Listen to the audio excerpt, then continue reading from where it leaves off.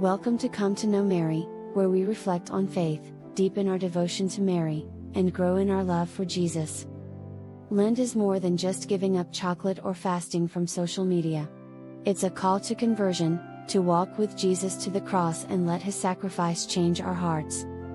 But today, I want us to take a different perspective. Let's look at this journey through the eyes of Mary, her pain, her love, her strength. Because in her, we see a love so deep, so real, that it can transform our own lives. In this video, we'll explore 7 ways Mary's compassion at Calvary teaches us how to love more deeply this Lent. And we'll connect it to the real struggles we face every day.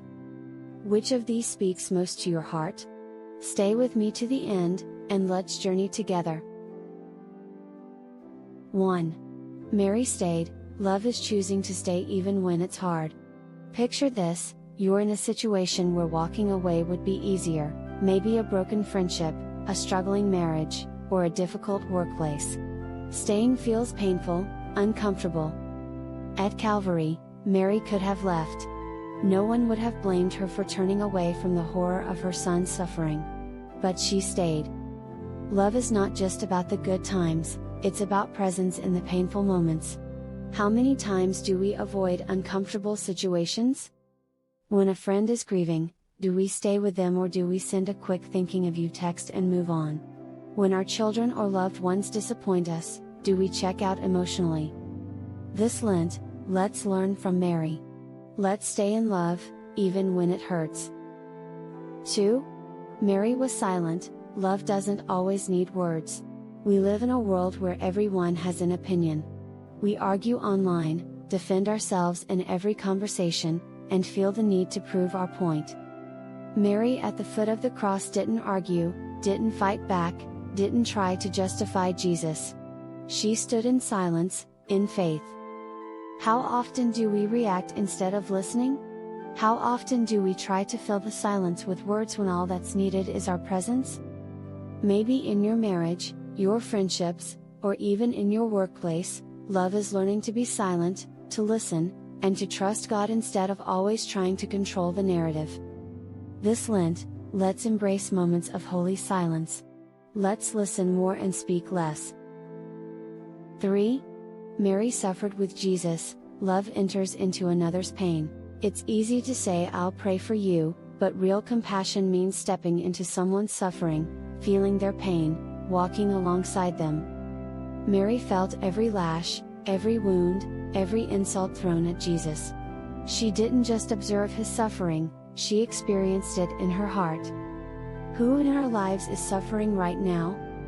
A family member battling illness? A single mother struggling to make ends meet? A friend silently battling depression? Instead of looking away, how can we enter into their suffering? Maybe it's bringing a meal, offering childcare, or simply sitting with them in their pain. Love doesn't just watch from a distance, it walks alongside. 4. Mary surrendered. Love lets go of control. We all love control.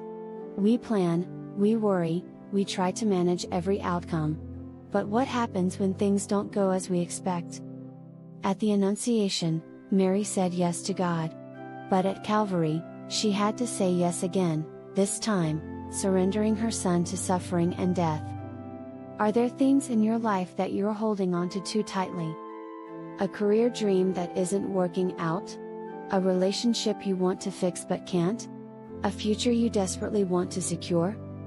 Lent is a time to let go, to trust that even in suffering, God is still in control. Surrender isn't weakness, it's faith. 5. Mary loved those who hurt her. Love forgives the unforgivable. Let's be honest, some wounds cut deep. Being betrayed, lied to, abandoned, it hurts. And forgiveness? It feels impossible. But think of Mary. She stood before the very soldiers who tortured her son. She saw the crowds who mocked him, the disciples who abandoned him. And yet, she held no hatred in her heart. Is there someone you need to forgive this Lent? Maybe a family member, a friend, or even yourself. Holding on to resentment keeps us chained to the past. Forgiveness sets us free. Ask Mary to help you love, even when it's hard. Even when it seems unfair. Even when you don't feel like it. 6. Mary held on to hope. Love believes in resurrection. Have you ever had a moment where all hope felt lost?